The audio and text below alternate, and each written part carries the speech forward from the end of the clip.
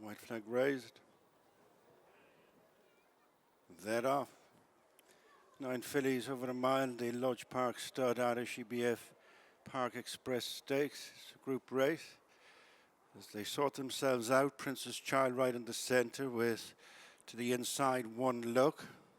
Followed by Bright Thunder and Whirl. Naomi LaPaglia is next, followed round the elbow by Ecstatic in the blue cap, and then Fleur de Sheen, Garden of Eden, and trading the field with 6 furlongs to go is Spicy Margarita.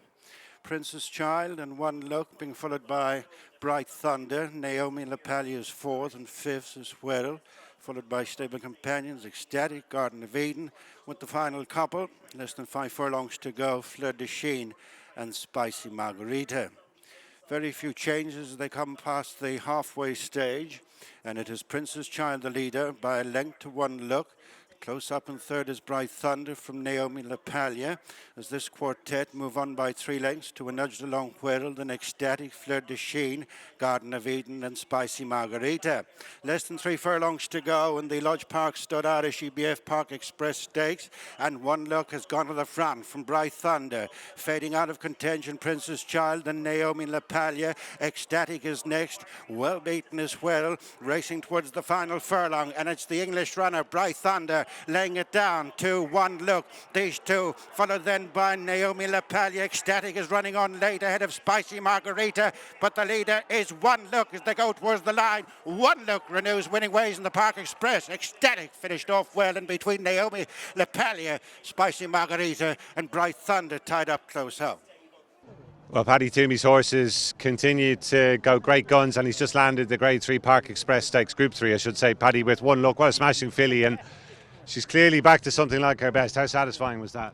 Great, you know, she's a nice filly, and you know, she obviously came here in debut, won the Goffs Million, and she just wasn't ready to fire on all cylinders last spring, and we gave her an easy run first and she won, and she just found it a bit more difficult after that, and we decided to give her a chance through the summer and went with an autumn campaign, and she was good in Gore and good in Killarney and good in Gorn again, and I said at that point to Kevin and the lads that we'd put her away for the year and we'd aim for this year, and I said to him in November that we'd start in the Park Express, and when I opened the programme book when it came out, it was missing from the first day here. They moved it, so we had to delay our plans for a couple of weeks. But look, I'm delighted. She's done it well, and you know, she's done it from the front. Last year she was sort of in between horses coming from behind, and she's done it from the front today. She's done it the hard way. So, knowing you, I doubt the plan stopped at the Park Express Stakes. What have you got in mind from here? Look, she'll have an entry there in the Landways at the Ridgewood Pearl Stakes here in Guineas weekend, and I think she'd be well able to step up to, you know, 1.25 miles this year, so that opens up plenty of options for her, you know. Historically, something like a Jean Romane there in Deauville would have been perfect, but now there's 3-year-olds in that as well. It's not 4-year-old only, so that sort of, you know, wouldn't automatically make it a target.